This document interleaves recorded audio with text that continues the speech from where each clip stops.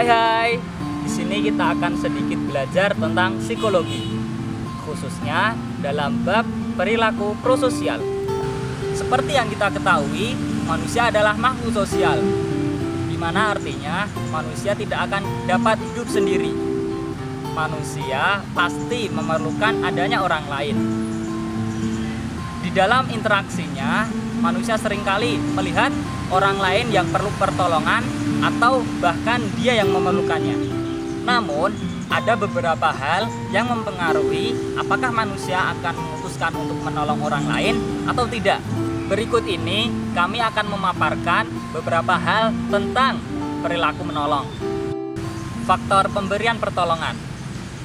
Yang pertama adalah situasi sosial, di mana semakin banyak orang yang melihat kejadian itu, akan semakin sedikit orang yang akan menolong.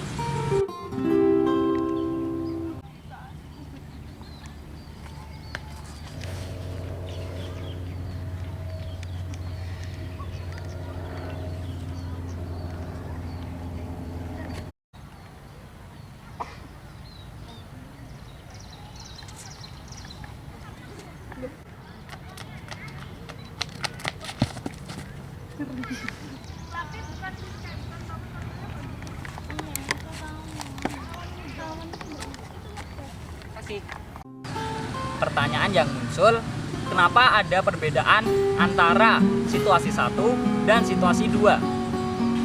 Hal ini dikarenakan adanya diffusion of responsibility atau kekaburan tanggung jawab. Namun, diffusion of responsibility atau kekaburan tanggung jawab untuk menolong tidak akan terjadi apabila sang penolong dan orang yang memerlukan pertolongan sudah saling mengenal. Mbak Tika, jatuh awas. Mbak Tika, Mbak. Kenapa? Yang mana? Bangun. Kenapa kakinya ya? Sama.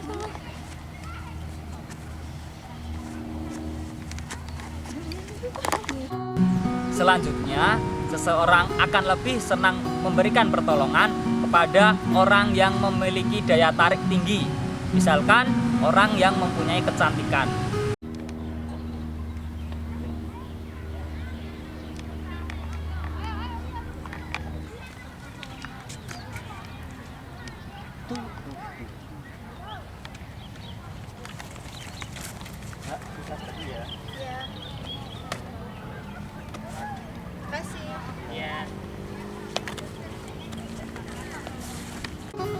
Berikutnya, mood atau suasana hati juga dapat mempengaruhi apakah seorang itu akan memutuskan untuk menolong atau tidak.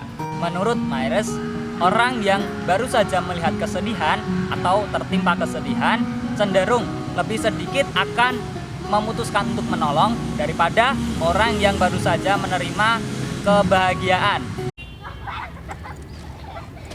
Dompetnya mana ya?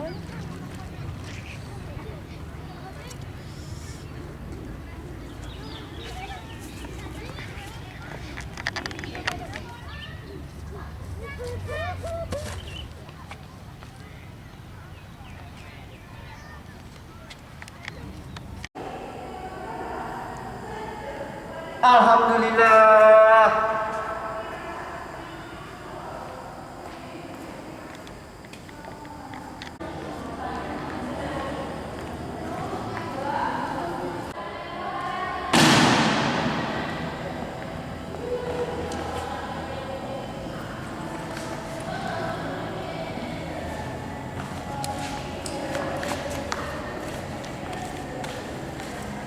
Yang kedua adalah adanya cost of helping atau biaya untuk menolong.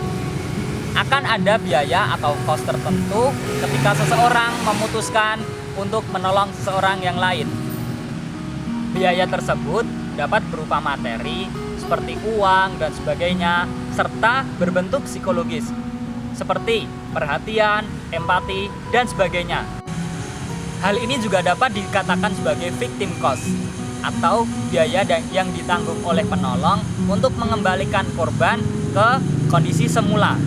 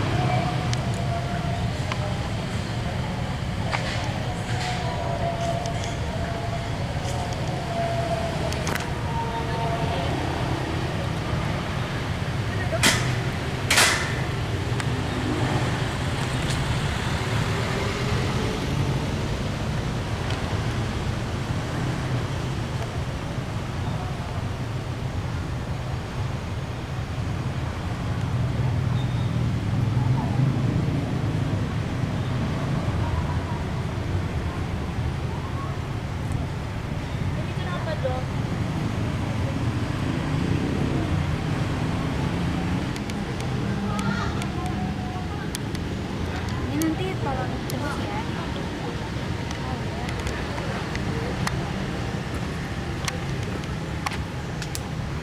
Aku sambil beres-beres gitu ya.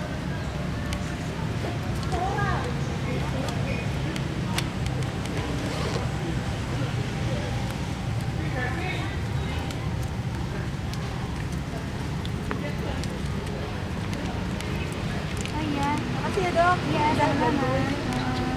Nanti dibawa aja ya kalau ini kalau. Oke, makasih dok. Dulu. Uangnya beneran ya?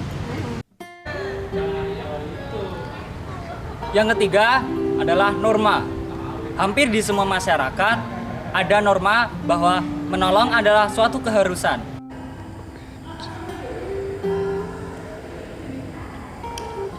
Setelah mengetahui apa saja faktor yang mempengaruhi seseorang dalam memutuskan menolong atau tidak, kita akan membahas tentang tahap-tahapan ketika seseorang akan menolong atau tidak. Dalam tahapan menolong, menurut Lete dan Derle, yang pertama adalah perhatian. Seseorang tidak akan menolong apabila dia tidak mengetahui ada seseorang yang butuh pertolongan.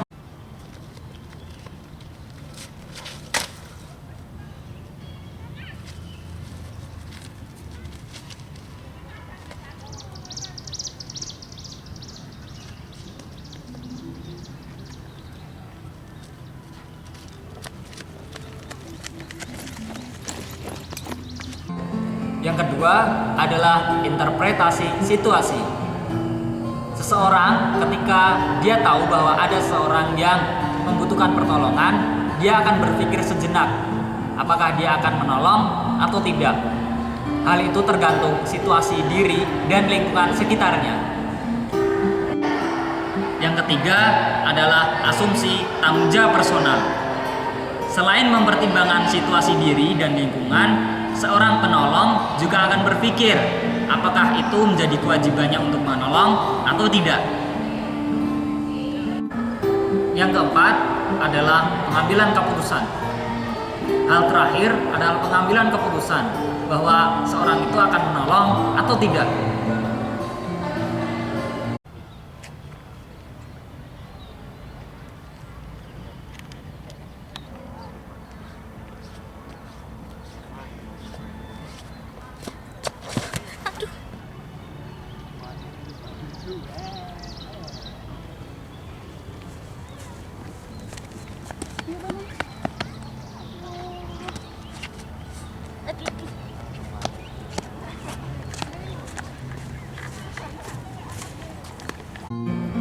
Ya, tadi adalah pemaparan tentang helping behavior. Terima kasih telah menonton. Assalamualaikum.